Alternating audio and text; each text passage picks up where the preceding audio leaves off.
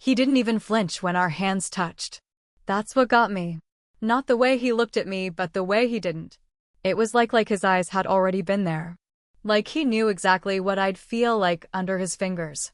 There was no startle, no hesitation, just warmth. Steady. Familiar. And the worst part? It didn't feel wrong. Not in that moment. The glass between us had just clinked. A soft sound, but it echoed like thunder in that quiet kitchen. The rain outside was steady, soft at first, then heavier. Like it was listening too. We were sitting across from each other at my kitchen table. My table, the one with the scratch down the middle from when my son slid his science project across it too hard. The table where we usually eat spaghetti on Fridays. The one I wiped down just an hour ago while thinking about absolutely nothing. And now suddenly every inch of it felt charged. You know that feeling? When someone's presence starts to hum. Like they're not touching you, but they are. Like your skin knows they're there before your mind catches up. It wasn't supposed to be like that. He was just helping me with dinner. My husband was working late, again. Nothing new. Jude had come by to drop off a book he borrowed and somehow stayed for a glass of wine. A meal. A conversation I didn't know I needed. I remember the way the wine shimmered in the glass under the yellow light, how the storm outside started to bleed into the walls. It made everything feel smaller, closer, quieter. And I remember how I was laughing, one of those light, throwaway laughs you do when you're trying not to feel too much, and then he reached across the table, just to pass me the salt, I think. That's when it happened. His hand brushed mine, and he didn't even flinch. I don't know why that stuck with me, why it burned the way it did. Maybe because I did flinch. Not visibly, not in a way he could see, but something inside me jumped, shifted, opened. And then I sat there staring at him, wondering how many times a woman has confused comfort for connection. And whether, just maybe, this time it wasn't a mistake. The kitchen was warm. Not just from the oven, but from that thick kind of heat that settles in when two people are too aware of each other and trying not to show it. The golden light from the ceiling fixture flickered ever so slightly, like it couldn't decide whether to stay on or let the storm outside take over. It hit the walls in soft waves, glowing against the old beige paint, catching the edge of the wine glasses, just enough to make them shimmer. The refrigerator hummed in the background, steady and low, like a distant warning. The floor beneath my bare feet was cool, but the air around me wasn't. It clung, like something waiting. I remember the smell more than anything else. Roasted garlic thick in the air, cut through with the sweetness of something baking, maybe that leftover apple tart I'd reheated without thinking. And there was still a trace of coffee somewhere in the mix. The kind that lingers after you've forgotten it's there. It was the most normal setting in the world. And that's what made it dangerous. I was slicing tomatoes. The juice kept running down my fingers, staining the cutting board a deep red. Jude was standing at the stove, stirring something slowly, his back turned. I caught myself watching the way his shoulders moved beneath his t-shirt. The way he stood so comfortably in this space. Like he belonged. Like he'd done it 100 times. And maybe he had. He and my husband had been best friends since college. That's how we met, actually. At our wedding, Jude gave the speech that made everyone cry. He'd helped us move into this house. Painted that exact kitchen wall while we argued about what color it should be. He knew this home. Knew me. That's what made all of this harder to explain. Because nothing had changed. And yet, somehow, everything had. He looked over his shoulder and smiled, just a small one. Familiar. Easy. You good over there? He asked, voice smooth. I nodded, maybe too fast. Yep. Just distracted. He raised an eyebrow, then turned back to the pan, acting like he didn't notice the hesitation. But I knew he did. Jude wasn't the kind of person who missed things. He just chose when to mention them. My hands were shaking a little. I blamed the knife, the tomatoes, the storm. But deep down I knew it wasn't any of those. It was the way he moved around my kitchen like it was his. The way I could smell his cologne now, Faint, but present, something woody and clean. The kind that made you lean in before you realized what you were doing. It was the way he didn't talk too much, but also never let the silence feel awkward. That kind of presence is rare. Dangerous. Comforting in all the wrong ways. There was a moment, small, blink and you miss it, where he reached for a spoon in the drawer near my hip. He didn't touch me, but I could feel the air shift between us. My body tensed, even though I pretended not to notice. And I swear, for half a second, he paused too. But neither of us said anything. And then he was stirring again, just like before, the wooden spoon clicking against the side of the pot. I moved to grab a towel, wiping the tomato juice off my fingers, but they still felt sticky. Like I was covered in something I couldn't see. Something I didn't ask for, but didn't want to lose. The chair creaked as I leaned against it for a moment. I needed something to hold me still. My heart was starting to beat louder than the rain outside, and I didn't like what that meant. This wasn't supposed to feel like this. He was supposed to be someone safe. Familiar. Not someone whose voice suddenly sounded lower, more textured, in the echo of my kitchen. Not someone whose glance lingered a breath too long. Not someone whose nearness made me forget what time it was. And yet here we were. Dinner that should have felt ordinary suddenly felt like a threshold. Like if I wasn't careful, I'd step into something I couldn't step back out of. And the scariest part? I wasn't entirely sure I wanted to stop it. You've been running around. Just sit. I'll finish this. That's what he said. Simple words. Soft, unassuming. He didn't even look at me when he said it, just kept stirring the sauce, like the rhythm of it mattered. Like if he stopped, something else might start. And I stood there, towel still in my hand, unsure what I was supposed to say. Because it wasn't the offer that got me, it was the tone. That calm, settled tone. Like he wasn't asking a favor. Like he knew I needed to sit, even before I did. I opened my mouth, maybe to push back, maybe to say, no, I'm fine. But nothing came out. Because the truth was I wasn't fine. I wasn't tired, exactly. But I was full. Full of this strange weight pressing down on my chest and pressing up from my stomach. Like something inside me was shifting and I hadn't agreed to it. It was just the kitchen. Just dinner. But the way he stirred the sauce, like he belonged here. Like he was waiting for me to stop pretending I didn't see it too. I didn't sit, not right away. I leaned against the counter, arms crossed, the towel still balled in one hand. I watched him, really watched him. He added a pinch of salt, then tasted it, eyes closing for just a second. That small gesture.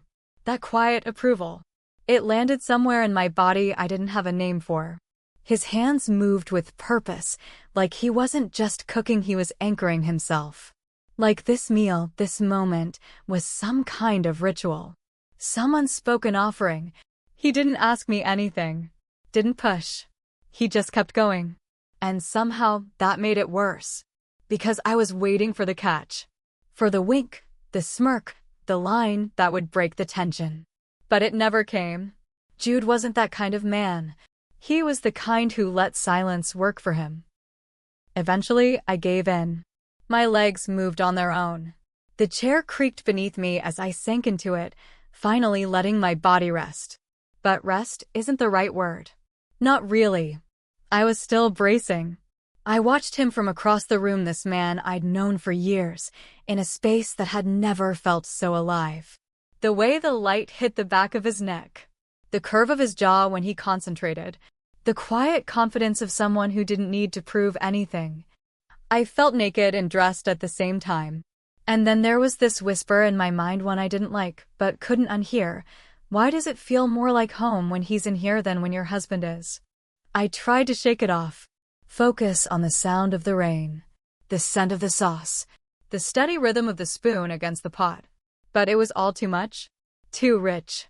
Too intimate. There was nothing flashy about it. Nothing seductive in the obvious way. But that made it more dangerous. It wasn't flirtation, it was presence. And presence leaves less room to hide.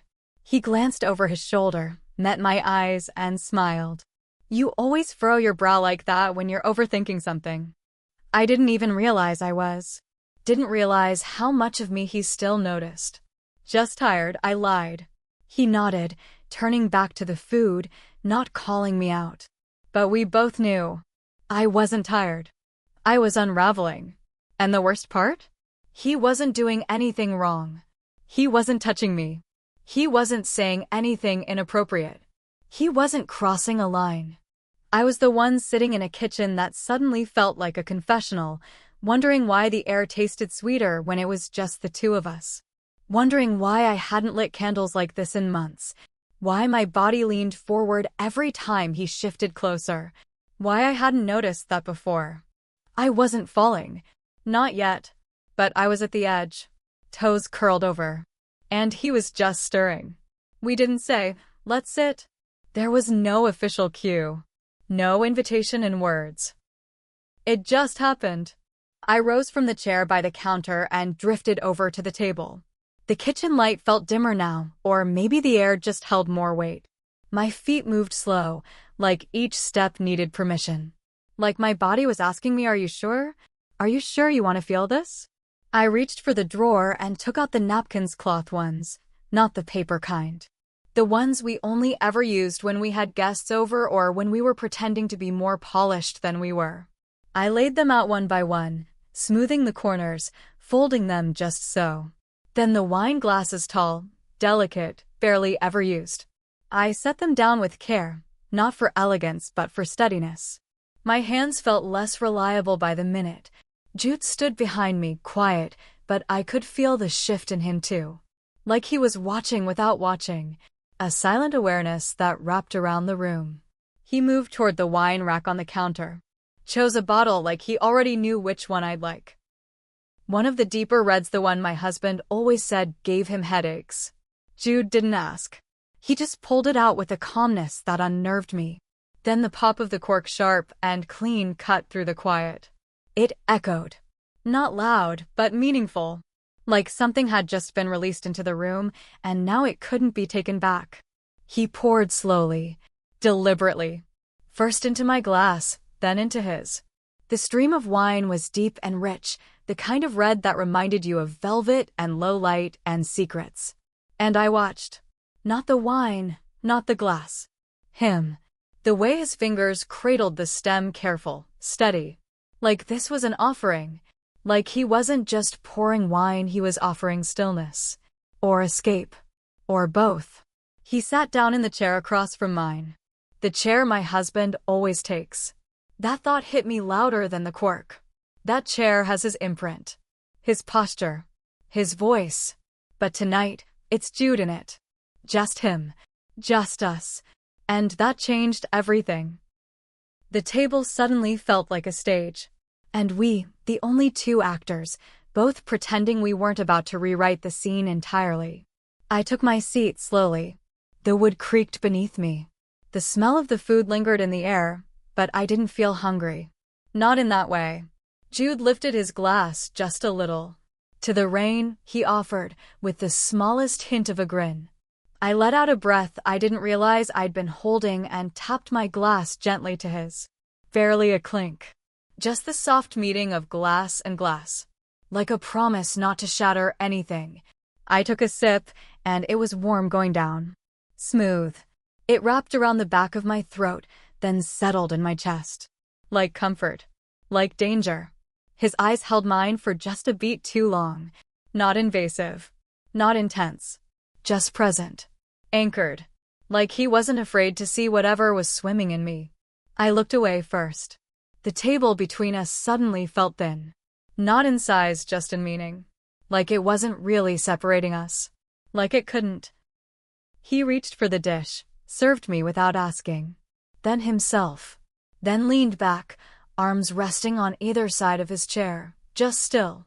I remember noticing the veins in his forearm, the way his wrist curved over the edge of the table. Details. Stupid, ridiculous details that my brain shouldn't have been cataloging but was. I wanted to say something, anything. Break the silence, lighten the air, shift us back to safe ground. But I didn't, because the silence wasn't uncomfortable. It was thick. Alive. Laden. Like a string pulled taut between us. And every movement now, every glance, every shared breath was a test of how long it could hold before snapping. Jude picked up his fork, took a bite, chewed slowly, and I watched his lips part, watched the food disappear, watched his eyes close briefly in approval. "This is good," he murmured, voice low, velvet-like. "Thanks," I whispered. "I didn't do much. You made most of it." His eyes met mine again. "Still tastes like you." And there it was. A sentence so soft it could have slipped past unnoticed. But it didn't. It landed, right in the center of me. He didn't explain it. I didn't ask him to. I just sat there, holding my glass, wondering how a kitchen could suddenly feel like a bedroom with the lights on. Not because of anything explicit, but because of the weight in the air.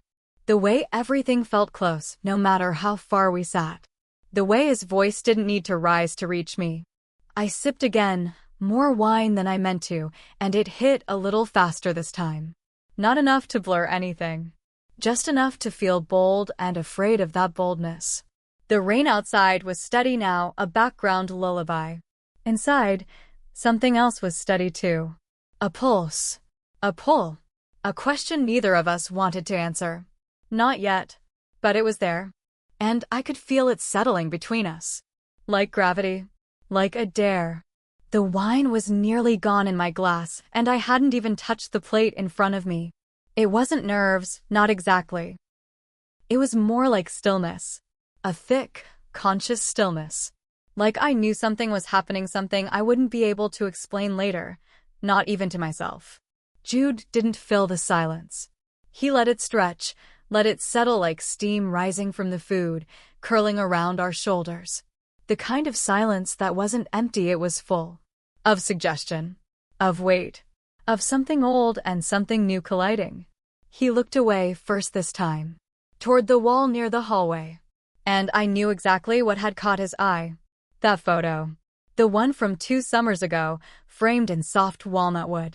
The three of us, my husband, Jude, and me, standing at the peak of some trail in Colorado, smiling like we had nothing to run from.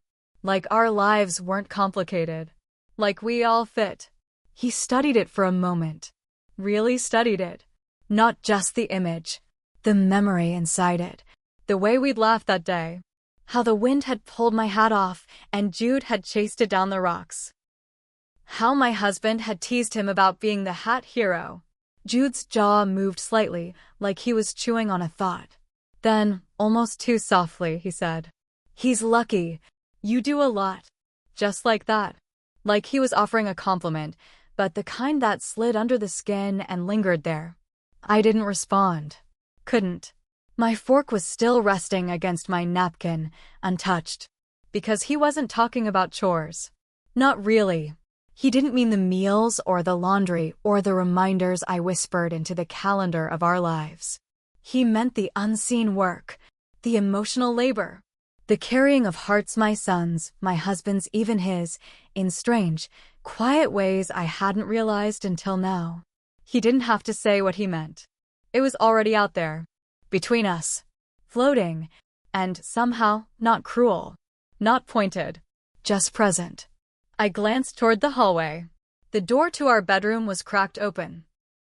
The scent of my husband's cologne still lingered faintly in the air, sandalwood and mint and something synthetic that never quite matched him. Even the shadows in the hallway felt familiar. Like ghosts of routines. The sound of my son's laughter didn't echo through the halls tonight. He was away, sleepover at Milo's. Picked up around 5, with his favorite backpack slung over his shoulder, and that little smile he gives me when he's pretending he's not excited to leave. No one else was coming home. No keys jingling at the door. No briefcase tossed on the entryway bench. No husband's voice calling, "What smells so good?" Just us. Me. Jude. And a house full of echoes. He shifted in his chair, leaned back again, arms crossing over his chest in that relaxed way that wasn't really relaxed at all. He wasn't putting on a show, but he wasn't unaware either. He knew the effect. I'd seen it, felt it. The air between us hummed again. He glanced toward the hallway once more, and I could almost see his mind mapping out the floor plan. Not physically, but emotionally. The memories, the intimacy, the weight of walls. That's the thing no one tells you about infidelity. It doesn't start with a kiss or a touch. It starts in the silence, in the unspoken, in the glance that lingers just a second longer than it should and makes you question what's been living under the surface all along. Jude's eyes came back to me. He didn't smile, didn't smirk, didn't play it coy. He just looked. Looked like he saw something in me that even I forgot was there. Something tired. Something hungry. Not for food, but for attention. Presence.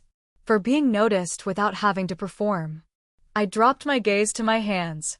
One of my fingers absent-mindedly traced the seam of the napkin over and over, like it would give me some kind of answer. He didn't speak again, but the space between us buzzed with everything that hadn't been said.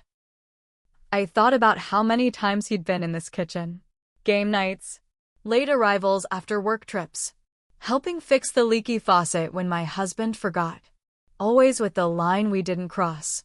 A friendship with boundaries so clear they didn't need defining. But something about tonight made that line feel invisible. Like it had slowly faded, not in leaps, but in inches. Over time. Over shared dinners. Over glances and soft jokes, and the way his hand always hovered just slightly too long when handing me a plate. The photos on the wall didn't just tell our story. They watched it. Held it. And I suddenly wondered what they'd say if they could speak. What would that picture from the hike whisper now? What would my husband's laugh, frozen in a frame, think of this quiet betrayal not of body, but of loyalty? I didn't feel guilt. Not yet. What I felt was seen. By someone who wasn't supposed to see me like that. I reached for the wine again, but the glass was empty. Jude moved before I could say anything, refilled it quietly. His knuckles brushed mine as he set it down. This time, he didn't apologize. And I didn't pull away. The bowl wasn't heavy. Just a simple white ceramic one I'd used 100 times before, usually for salad or fruit or something casual. But tonight, my fingers slipped. Maybe it was the wine. Or maybe it was the weight of everything unspoken finally catching up to my hands. Either way, it tilted, tumbled. I gasped, reaching, but before it could hit the floor, his hand shot out. Caught it. Caught me.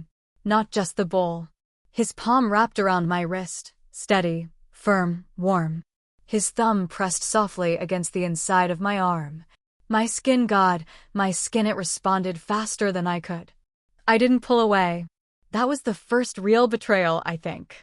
Not the moment itself, but the absence of resistance. The quiet acceptance. The way my muscles didn't flinch or recoil, but melted under the weight of him. He didn't let go right away. Didn't say anything for a long beat. Just held me like time had slowed down and everything in the house had gone still. No ticking clock. No fridge hum. No breath. And then, softly, so softly, it felt like a secret, he said. You can still leave, you know. His voice was low. Not pushy. Not hungry. Just there. Full of something patient and honest and quietly electric. He didn't mean leave the room. He meant this. Whatever it was. Whatever we were teetering on the edge of. I stared at our hands, his large, steady one cupping mine like it had always belonged there. Like the contact wasn't new. Like it had only been waiting for its moment. My breath caught. But I didn't move. Didn't speak. Didn't nod. Didn't run. Because something in me already knew. It didn't feel like a decision. Not a conscious one. More like I'd already decided. Somewhere between the second glass of wine and the way he looked at me when I placed the napkin beside his plate.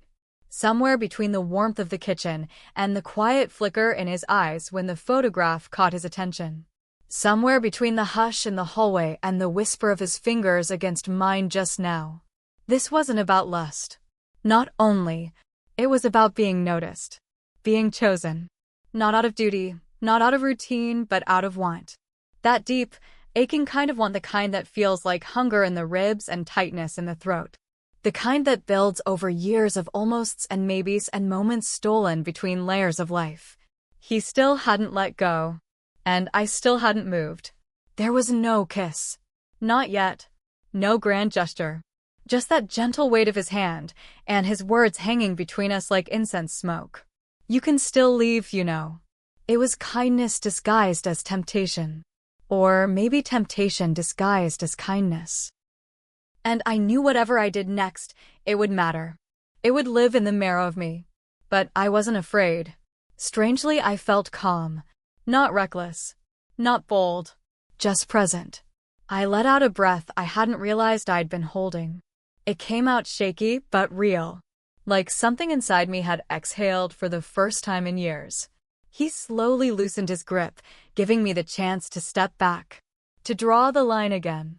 To undo whatever this was turning into. But I didn't move. I let the silence answer for me. And he understood.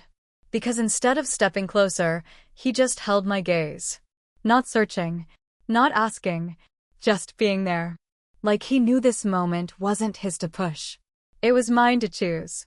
And even though I hadn't said a word, hadn't spoken a single syllable, the air between us thickened.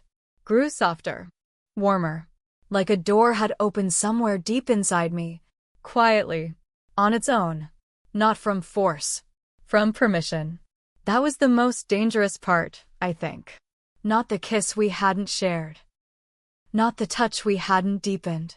But the permission I gave myself to be in this moment with him. Fully. Without guilt. Without logic. Without explaining why. Just to feel. To want. To wonder. The kind of wondering that didn't ask, what happens next? Only, what if I stay? He didn't close the distance. Not right away. Jude stayed exactly where he was, just a breath beyond reach, but somehow, it still felt like he was touching me. Like his presence was its own kind of contact. Heavy. Electric. Unavoidable. The space between us was small. But the tension that stretched wide. It filled the kitchen. Thickened the air. Made every sound feel too loud, too sharp. Even the ticking of the old clock on the wall suddenly felt like it was keeping time for something we hadn't named. He looked at me, really looked. Not through me. Not past me. Just into me. It was quiet, but not peaceful. It was quiet like a held breath. Like something sacred was trying not to break.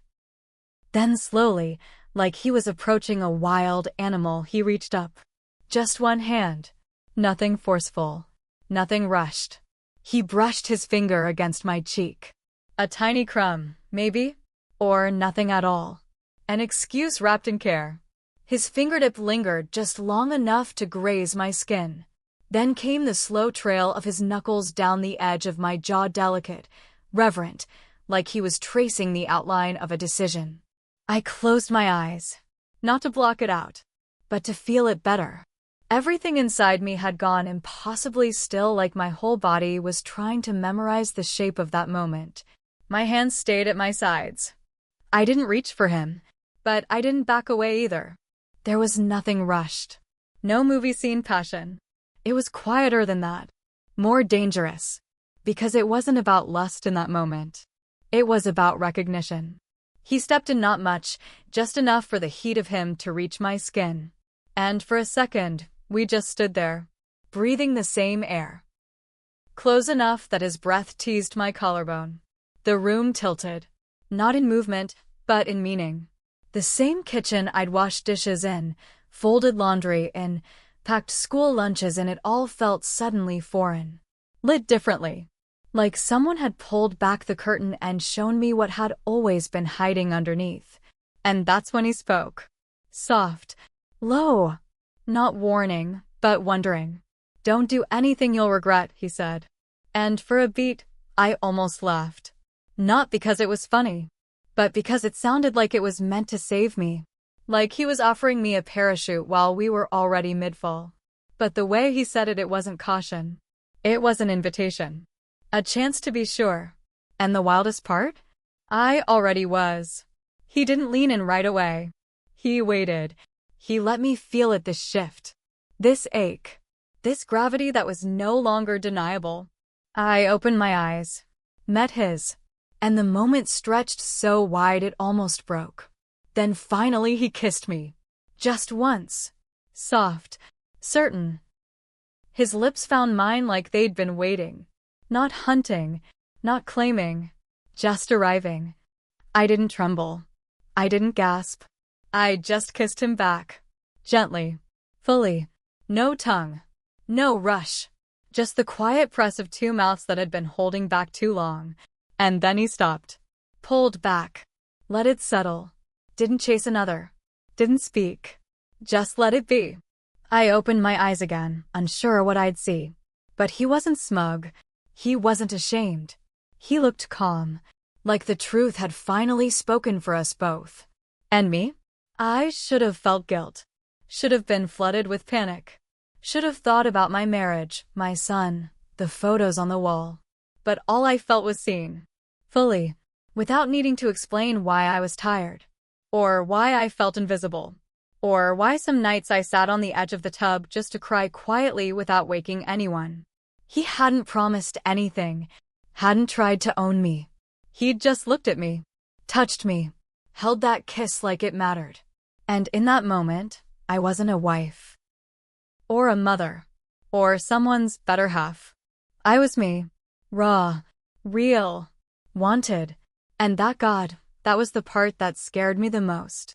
Because once you've tasted that kind of attention, the kind that asks for nothing but gives you everything, how do you go back to being unseen?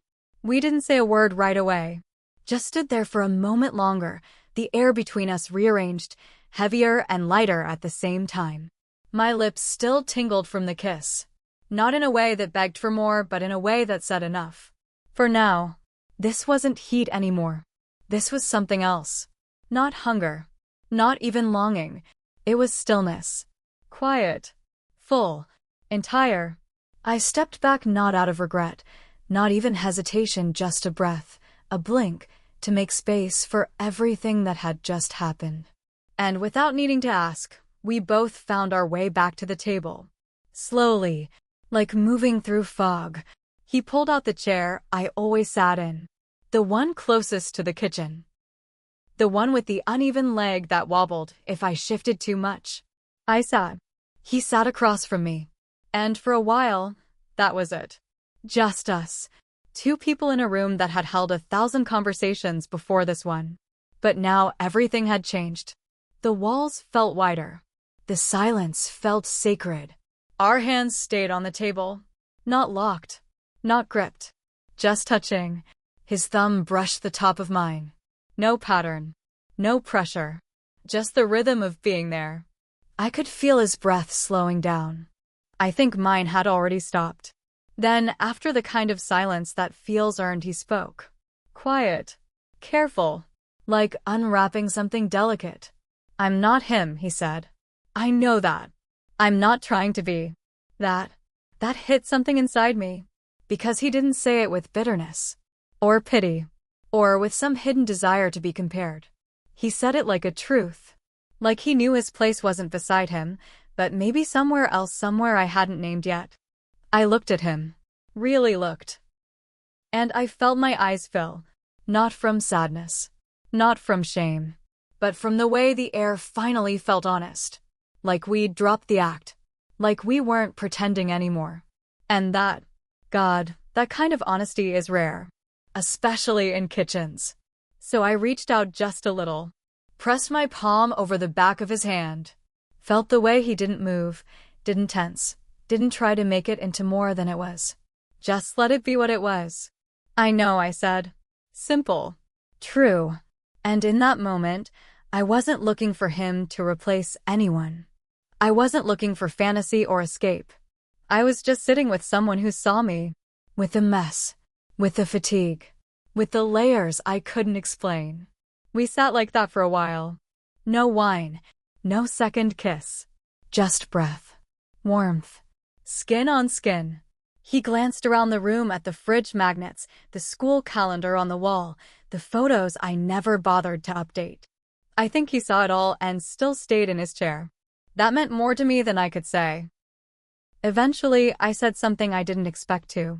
I don't know what happens next. He didn't answer right away. But then after a pause that felt like a sigh, he said, You don't have to. And that was the moment. That's when I knew this wasn't just about a kiss, or tension, or even loneliness. This was about being given space. Space to not know. To feel without needing to name it. To breathe without apologizing for it. We didn't talk about the kiss again. Not that night. We just sat. Sometimes touching. Sometimes not. But always present. Eventually, I leaned back in my chair, eyes still damp, heart quieter than it had been in months. Maybe years. He glanced at the clock. I should go, he said gently. And I nodded. Not because I wanted him to, but because I understood. He stood up slowly. Walked to the sink. Rinsed his glass. Like he always did. Like nothing had changed except everything had. I followed him to the door. And before he stepped out, he looked at me one last time. No request. No promises. Just that same quiet recognition. I didn't say goodbye. He didn't need me to. When the door clicked shut, I didn't feel abandoned. I felt different. Lighter. Not because of him. But because, for the first time in a long time, I'd been held in a moment that asked for nothing and gave me everything. And when I turned back to the kitchen, same dishes, same silence, I didn't feel alone. I felt seen. We didn't speak of it again. Not with words. Not directly. But it never left the kitchen, that small space where the world beyond the house seemed to fade, where time contracted and stretched in odd ways.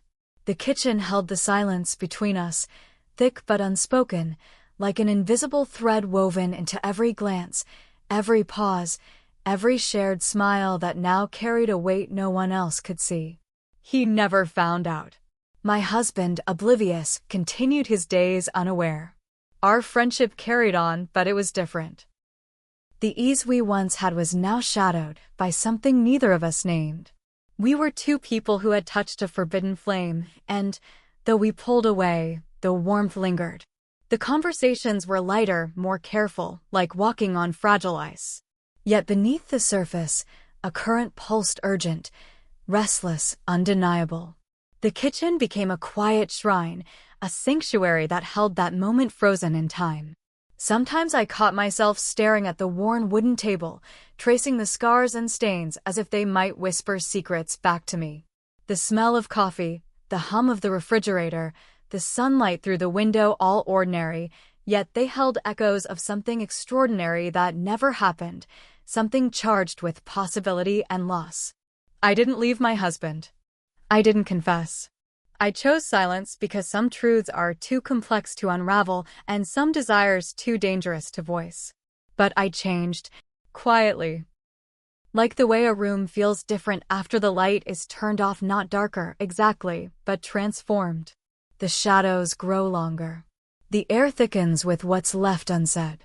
In the days that followed, I found myself more aware. Of my own breath, of the way my heart quickened at the smallest touch, of how loneliness could exist even in a room full of people.